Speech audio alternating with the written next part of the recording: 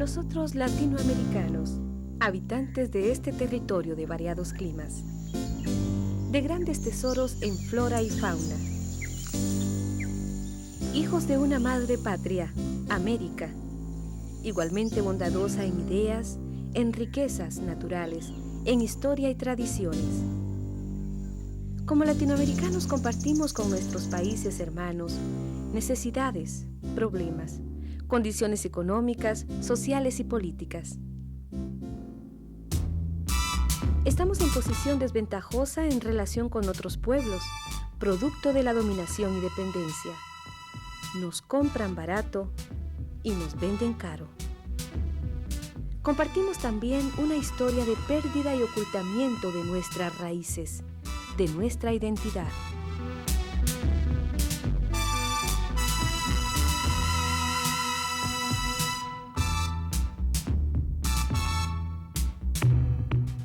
Compartimos una enorme riqueza cultural, producto del mestizaje, de la presencia de diversas culturas que han logrado subsistir, adaptarse y coexistir durante siglos dentro de este espacio geográfico.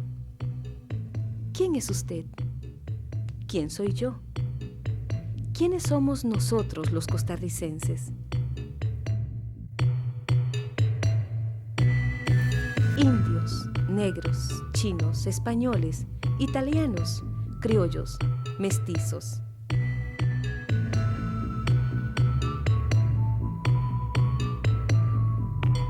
Somos parte de una gran diversidad cultural.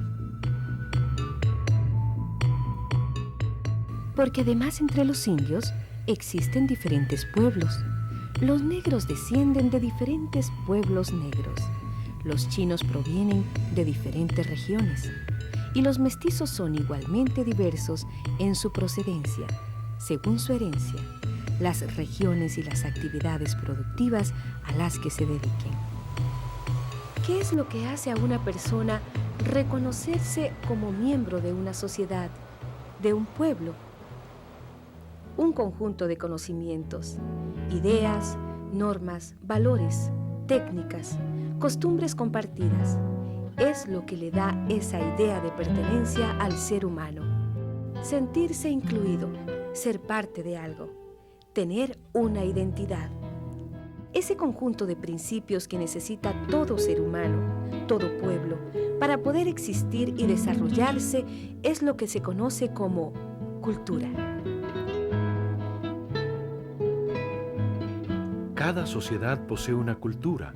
Y esta es la respuesta que generaciones de hombres han dado a los problemas que se les han planteado en el curso de su historia.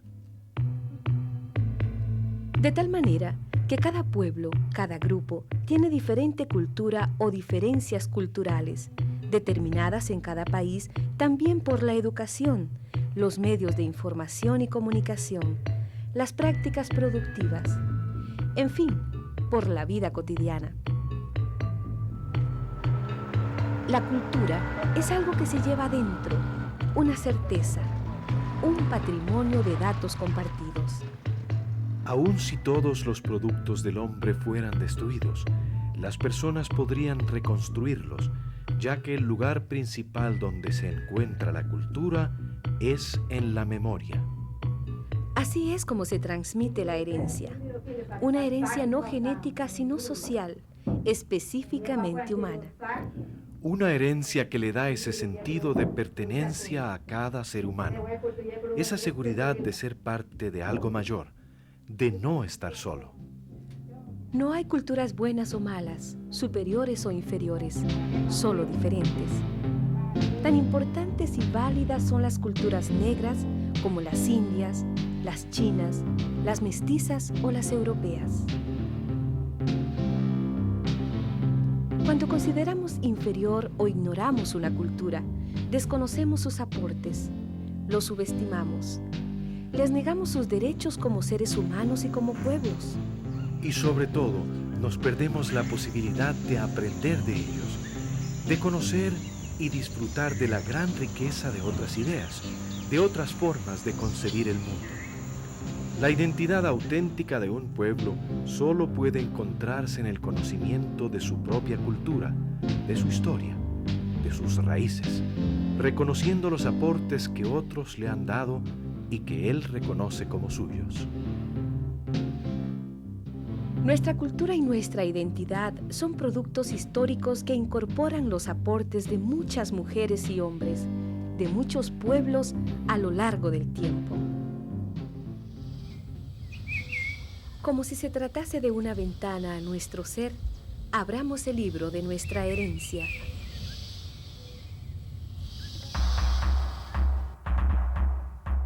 Desde hace más de 12.000 años se establecieron en nuestro territorio grupos de pobladores, cazadores y recolectores.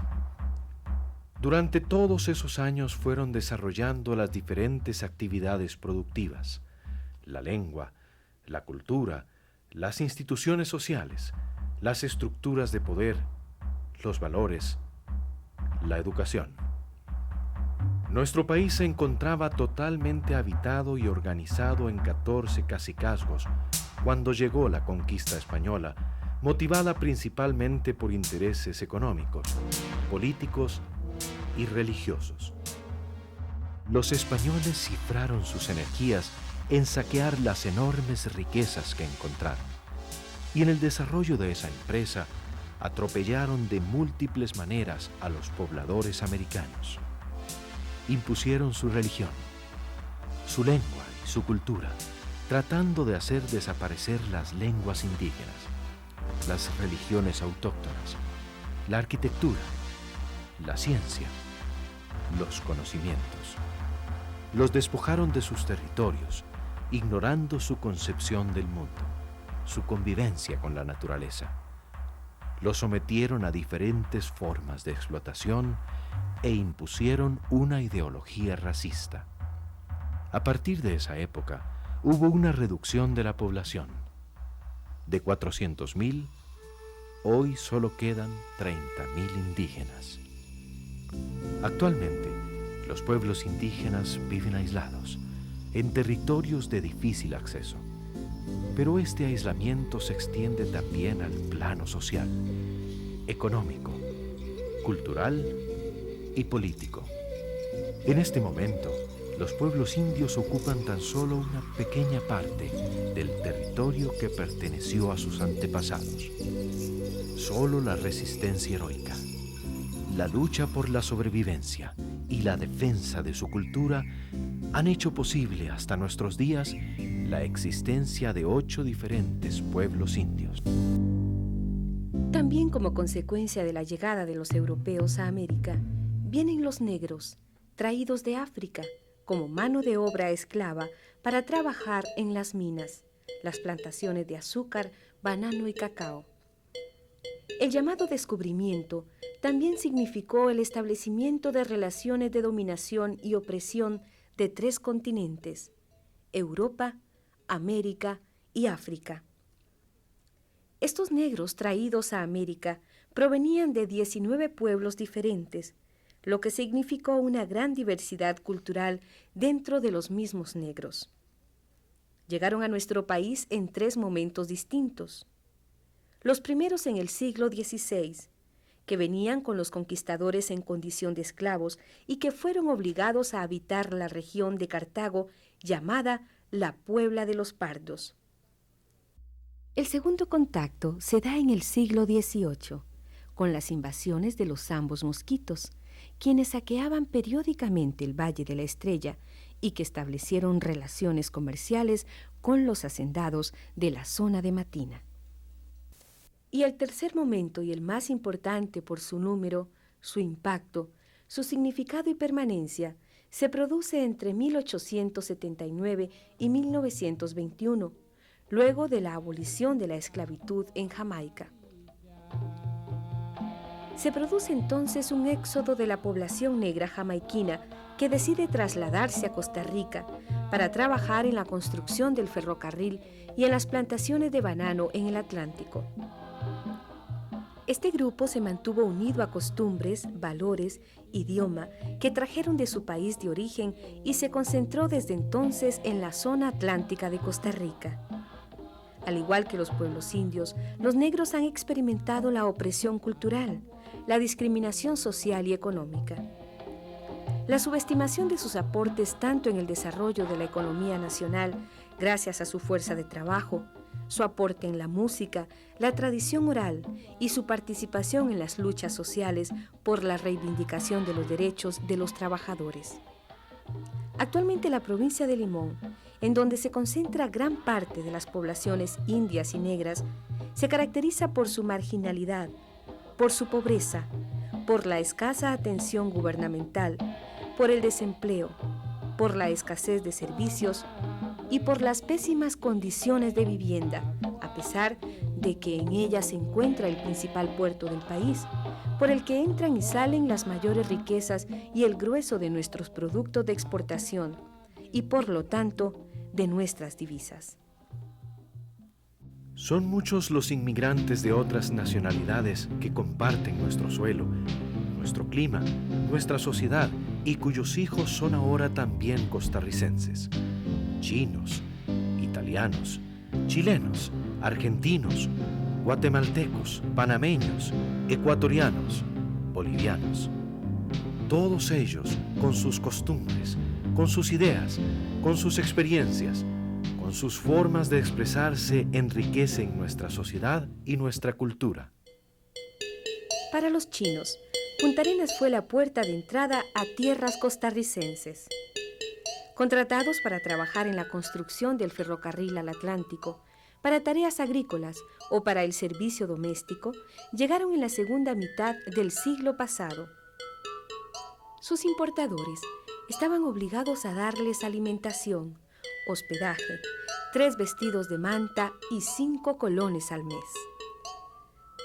Con 3 días libres por año, por 350 colones, cualquier particular podía importar un chino para su servicio. Los chinos trajeron su disciplina, su entrega absoluta al trabajo, sus costumbres, sus comidas. Siguieron hablando su lengua, pero aprendieron el español. Aunque vinieron al país en condiciones de esclavitud, la opresión y la esclavitud fue cediendo y empezaron a construir su vida independiente.